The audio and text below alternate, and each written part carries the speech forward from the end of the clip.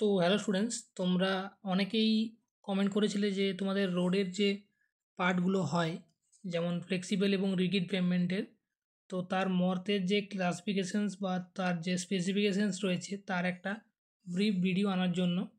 তো আমি সেই জন্য তোমাদেরকে আজকে এমব্যাকমেন্ট নিয়ে আলোচনা করব। এই ভিডিওটার মাধ্যমে আমি মর্তের যে সমস্ত ক্লজ রয়েছে সমস্ত ক্লজগুলোকে কম্প্যাক্ট করে যা যা আমাদের রিকোয়ারমেন্ট দরকার, একটা কনস্ট্রাকশন সাইডে কীভাবে কাজ হয়, কি কি টেস্ট হয়, তার কি কি ফ্রিকোয়েন্সি আছে, কোন সয়েল স্যাম্পেলিং বা কোন অ্যাগ্রিগেটেড স্যাম্পেলিং কীভাবে করানো হয় এবং টোটালি প্রসিডিওরটা কীভাবে কমপ্লিট হয় আমি তোমাদেরকে এই ভিডিওর মাধ্যমে বলবো। যদি ভিডিওটা তোমাদের ভালো লাগে তাহলে ভিডিওটা তোমরা অবশ্যই লাইক করবে, আর চ্যানেলে নতুন হয়ে থাকলে চ্যানেলটাকে অবশ্যই তোমরা সাবস্ক্রাইব করবে। আমি প্রথমে তোমাদেরকে বলে দিচ্ছি যে তোমরা এই পুরো সেকশন যেটা আছে, ফ্লেক্সিবল পেমেন্টে যতগুলো পার্ট আছে সেগুলো, রিজিড পেমেন্টে যতগুলো পার্ট আছে সেগুলো যদি তোমরা পেতে চাও তাহলে তোমরা অবশ্যই এই ভিডিওটার উপরে তোমরা কিন্তু ইন্টারেস্ট দেখিও, তবেই আমি পরবর্তী ভিডিওগুলো তোমাদের কিন্তু কাছে নিয়ে আসবো। এটা আমার নিজের নোট করা, তো আমি তোমাদেরকে আমার খাতার থেকে যে নোটটা রয়েছে সেটা আমি তোমাদেরকে শো করছি। তো এখান থেকে আমাদের কিন্তু সমস্ত কিছু ক্লজ, সমস্ত ক্লাসিফিকেশানস তোমরা কিন্তু বুঝতে পারবে। তো আমি কথা বাড়াবো না, কথা না বাড়িয়ে আমি শুরু করলাম। তো প্রথমে যেটা আমাদের ইম্পর্টেন্স, রোডের মধ্যে যে সমস্ত পার্টসগুলো আছে তার মধ্যে প্রথম পার্ট হচ্ছে আমাদের এমব্যাকমেন্ট। আমরা সাবগ্রেড তৈরি করি বা আমরা অন্যান্য লেয়ার তৈরি করি, আমাদের এমব্যাকমেন্টটা কিন্তু তৈরি করতে লাগে। অনেকের মধ্যে কোশ্চেন আসতে পারে যে এমব্যাকমেন্ট জিনিসটা কী, প্রথমে আমরা সেটা ডিসকাশন করি। আর আমি একটা জিনিস বলে দিই যে তোমাদের রিজিড পেমেন্ট বানাও বা ফ্লেক্সিবল পেমেন্ট বানাও, দুটো ক্ষেত্রে কিন্তু তোমাদের এমব্যাকমেন্টের প্রয়োজনীয়তা আছে। কীভাবে আছে আমি সেটা ডিসকাশন করছি, তোমরা ভালোভাবে শোনো। তো এমব্যাকমেন্ট যেটা আছে এটা হচ্ছে আমাদের একদম রোডের সব থেকে নিচের লেয়ার, যেটা আমাদের প্র্যাকটিক্যালি আমরা এটাকে কোনো রোডের লেয়ার হিসেবে আমরা কাউন্ট করি না। এটা হচ্ছে একটা ফাউন্ডেশন অফ রোড। যেমন আমরা কোনো বিল্ডিং বানানোর সময় আমরা ফাউন্ডেশন তৈরি করি প্রথমে, তার ওপরে যে তোমাদের পুরো স্ট্রাকচারটা রেস্ট করে, তেমনই এমব্যাকমেন্টও হচ্ছে আমাদের একটা ফাউন্ডেশন অফ রোড, যা আমাদের টোটাল যে আমাদের লেয়ার আছে সমস্ত লেয়ারগুলোকে রেস্ট করায়। কী কী লেয়ার আমি পরবর্তীকালে ডিসকাশন করব। তো তোমরা তো এটুকু জেনে রাখো, এমব্যাকমেন্ট নিজে কোনো একটা পার্টিকুলার লেয়ার নয় রোডের, কিন্তু এটা আমাদের বেসিক্যালি প্রোভাইড করতে হয়। আমাদের একটা ওজিএল হয়, একটা এনজিএল হয়। একটা আমাদের ওজিএল মানে অরিজিনাল গ্রাউন্ড লেভেল এবং এনজিএল মানে ন্যাচারাল গ্রাউন্ড লেভেল। তো একটা ফিনিশড রোড লেভেল হয়, মানে আমাদের যে ফিনিশড রোড লেভেল মানে আমাদের যে পরিমাণ হাইট পর্যন্ত আমাকে কোনো রোডটাকে উপরে উঠাতে হয়। তো আমাদের কি হয় যে কোনো জায়গায় যখন নতুন রোড বানানো হয় বা পুরনো রোডকে এক্সটেনশন করা হয়, সেক্ষেত্রে আমাদের কিছু কিছু সময় রোড লেভেলটাকে ওপরে করা হয় বা কোনো কোনো জায়গায় রোড লেভেলটাকে ডাউন করা হয়। সেক্ষেত্রে আমাদের দেখা যায় কোনো জায়গায় এক্সকাভেশন করতে হয়, কোনো জায়গায় এক্সকাভেশন মানে মাটি খুঁড়তে হয়, আবার কোনো জায়গায় আমাকে ফিলিং করতে হয়, তো মাটি আমাকে ভরাট করতে হয়। তো এই সাফিসিয়েন্ট যে ফিনিশ রোড লেভেল, এই রোড লেভেলটাকে মেনটেন করার জন্য যে পরিমাণ আমরা মাটি কাটি বা যে পরিমাণ মাটি আমরা ভরাট করি, প্রপার আমার এক্সকাভেশন মানে প্রপার আমার যে ফিনিশ রোড লেভেল অ্যাচিভ করার জন্য যে আমরা ম্যাটেরিয়াল ইউজ করি, সেইটাকে যখন কম্প্যাক্ট করা হয় তাকেই আমরা বলি এমব্যাকমেন্ট। আশা করি তোমরা বুঝতে পেরেছো এমব্যাকমেন্ট জিনিসটা কী। তো এমব্যাকমেন্টে তোমাদের ডিটেলস যেটা আছে সেটা তোমাদের সেকশন মর্তের, তোমরা যেটা আছে মর্তের রিভিশন 5-এ তোমাদের সেকশন 300-এ তোমাদের কিন্তু এমব্যাকমেন্টের পুরো ডিটেলস লেখা আছে। তো আমি শর্টে তোমাদেরকে দুটো তিনটে পয়েন্ট এখানে বলে দিচ্ছি। এটা হচ্ছে একটা ফাউন্ডেশন রোড লেভেল, রোডের ফাউন্ডেশন লেভেল। এটা কিন্তু কোনো পার্টিকুলার রোডের লেয়ার নয়, বারবার আমি বলছি। Provided to achieve proper elevation of the road. আমি আবার বললাম, এলিভেশন মানে তোমাদের যে বাকি যে লেয়ারগুলো রয়েছে তার একটা ফিনিশ রোড লেভেল হবে একদম ক্রাশ থিকনেসের ওপর পর্যন্ত। তো সেই ওজিএল থেকে আমাদের যে ফিনিশ রোড লেভেল, এই রোড লেভেলটাকে ম্যাচ করানোর জন্য আমাদের যেখানে এক্সকাভেশন করতে হয় মানে মাটি তাড়তে হয় বা কোনো জায়গায় আমাকে মাটি ভরাট করতে হয়, এই যে প্রসেসটা করানো হয় এই প্রসেসটাকে বলা হয় এমব্যাকমেন্ট। এবার আমরা কী ধরনের এমব্যাকমেন্টে কী কী জিনিস ইউজ করতে পারি, তো আমরা প্রথমেই আমরা কী ইউজ করব না সেটা আমরা জানি। প্রথমেই আমরা ডিসকাশন করি যে আমরা কী ইউজ করব না। তো প্রথমে কোনো রকম অর্গানিক সয়েল। তো তোমরা অনেকে জানো না যে অর্গানিক সয়েল কী জিনিস, তো বলে দিই। অর্গানিক সয়েল হচ্ছে তোমাদের যে সমস্ত সয়েলের মধ্যে কোনো রকম ধরো তোমাদের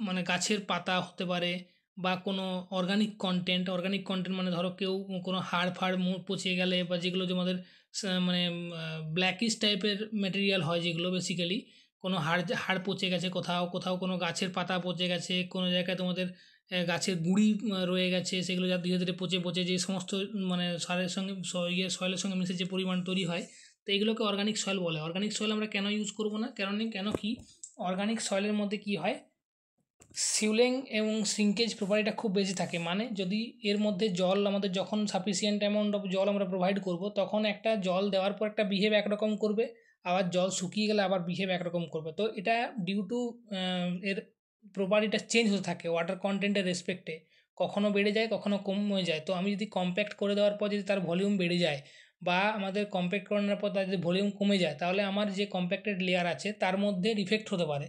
এই জন্য আমি কোনো অর্গানিক কন্টেন্ট ইউজ করব না, সেটা অর্গানিক সয়েলও হতে পারে বা অন্যান্য কিছু, আমি কোনো রকম অর্গানিক কন্টেন্ট ইউজ করবো না। তাহলে ইউজ করবো কি, আমরা ইউজ করব ন্যাচারাল সয়েল, ফ্লাই অ্যাশ, পন্ড অ্যাশ, এই সমস্ত জিনিসগুলো যেগুলো আমাদের কম্প্যাক্টেডের সুবিধা হবে এবং ভলিউম কোনো রকম রিডাকশন করবে না, সেই সব জিনিস আমরা ইউজ করব।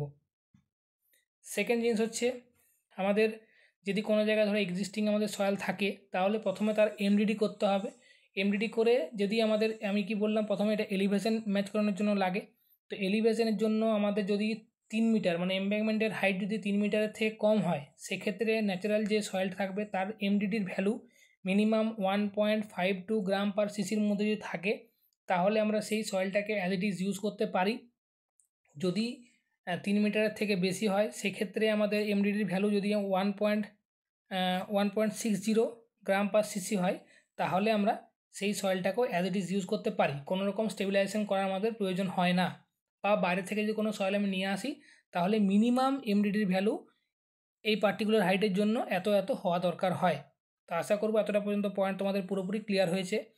সেকেন্ড হচ্ছে আমাদের ওএমসি আমাদের কি হয়, আমরা যখন এমডিডি বের করি, এমডিডি আমরা প্রোক্টার টেস্টের মাধ্যমে করি, স্ট্যান্ডার্ড হতে পারে বা মডিফাইড হতে পারে। তো এইভাবে করার পর ওখানে আমরা একটা ড্রাই ডেন্সিটি এবং অপটিমাম ময়েশ্চার কন্টেন্ট মানে যে কতটা ওয়াটার মেশালে আমাদের ড্রাই ডেন্সিটি অ্যাচিভ হচ্ছে সেটা আমরা পাই। তো ওই যে ল্যাবে যে আমাদের ওএমসি মানে যে ওয়াটার কন্টেন্ট পাবো সেই ওয়াটার কন্টেন্টের -2+1 মানে আমার ফিল্ডে যখন আমি যদি আমি প্র্যাকটিক্যালি ল্যাবে আমার 10% ওয়াটার কন্টেন্ট থাকে তাহলে ল্যাবে -2+1 মানে 11% আমি ওয়াটার কন্টেন্ট দিয়ে আমি স্প্রেড করিয়ে রোল করাবো। প্রসেসটা হচ্ছে এটা। এবার ম্যাক্সিমাম সাইজ অফ অ্যাগ্রিগেট হতে পারে, সয়েলের মধ্যে বিভিন্ন রকমের পার্টিকেল সাইজ রয়েছে, তো সেই সাইজ অফ পার্টিকেলস যদি আমার ম্যাক্সিমাম 75 মানে অ্যাগ্রিগেট সাইজ থাকে সেগুলো আমরা ইউজ করতে পারি। অনেক সময় কী হয়, বড় বড় বোল্ডার বড় বড় পাথর থেকে যায়, তো সেগুলোকে আমরা মানে হাঁটাই না, যেটা আমাদের পরবর্তীকালে রোডের ড্যামেজের জন্য কিন্তু মুখ্য কারণ হয়ে দাঁড়ায়। তো মর্তে পরিষ্কার বলা আছে যে 75 mm থেকে বড় পার্টিকেল সাইজ আমরা এই লেয়ারে কোনো রকম ইউজ করতে পারি না। এতটা পর্যন্ত আশা করি তোমাদের জিনিসটা ব্রিফ ক্লিয়ার হয়েছে।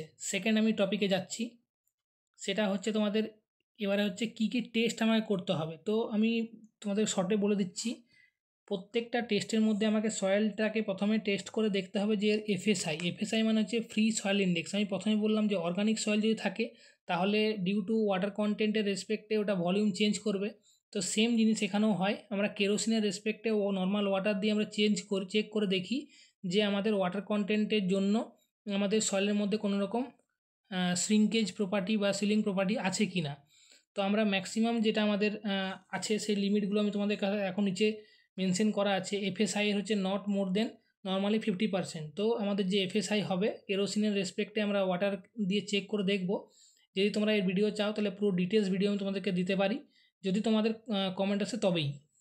তো এফএসআই এর ভ্যালু যদি মোর দেন 50% হয় তাহলে কিন্তু আমরা সেই সয়েলটাকে ইউজ করব না, প্রথমে ডিসকার্ড করে দেবো।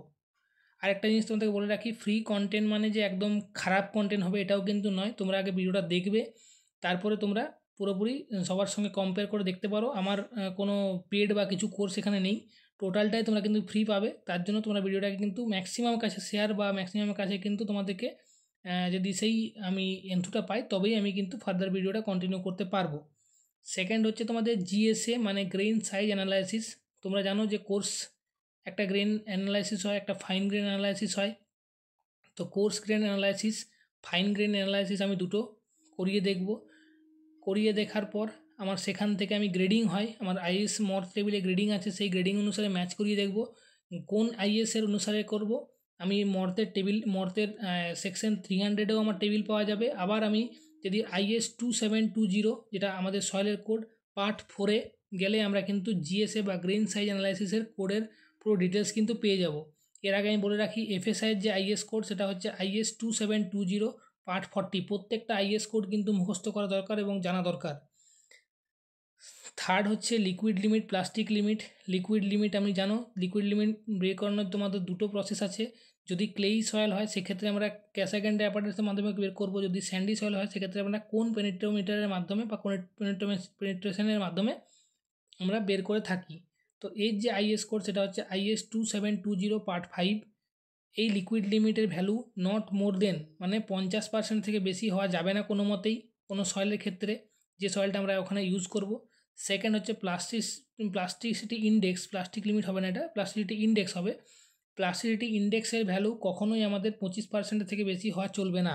তো এই দুটো ক্রাইটেরিয়া আমাদের মেন রাখতে হবে। নেক্সট আমাদের এমডিডি আমি তোমাদেরকে প্রথমে বললাম যে যদি 3 মিটারের থেকে কম হাইট হয় সেক্ষেত্রে 1.52 গ্রাম পার সিসি, আর যদি 3 মিটার থেকে বেশি হয় তাহলে 1.6 গ্রাম পার সিসির মধ্যে থাকতে হবে।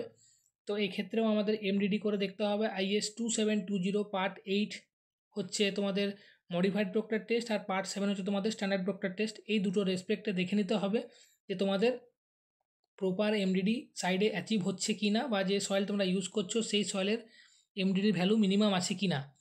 নেক্সট আমাদের দেখতে হবে এফডিডি হচ্ছে ফিল্ড ড্রাই ডেনসিটি, যেটা আমরা দুরকমভাবে টেস্ট করতে পারি। এক হচ্ছে আমাদের স্যান্ড রিপ্লেসমেন্টের মাধ্যমে, এবং আরেকটি হচ্ছে আমাদের কোর কাটারের মাধ্যমে। কোর কাটারের মাধ্যমে বেসিক্যালি আমরা ক্লেই সয়েলের ক্ষেত্রে বের করে থাকি, এবং স্যান্ড রিপ্লেসমেন্টের মাধ্যমে আমরা কিন্তু ম্যাক্সিমাম সমস্ত ধরনের সয়েলের ক্ষেত্রে আমরা বের করে থাকি, এবং সাইডে প্র্যাকটিক্যালি বেশিরভাগটাই আমাদের স্যান্ড রিপ্লেসমেন্ট মেথডের মাধ্যমে কিন্তু করা হয়ে থাকে। যার আইএস কোড হচ্ছে IS 2720 পার্ট 28, এবং যদি কোর কাটার বলা হয় তাহলে এটা পার্ট 29 হয়ে যাবে।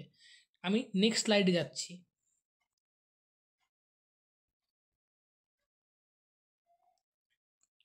এরপরে দেখো নেক্সট স্লাইডে তোমাদের ফ্রিকোয়েন্সি বলা আছে।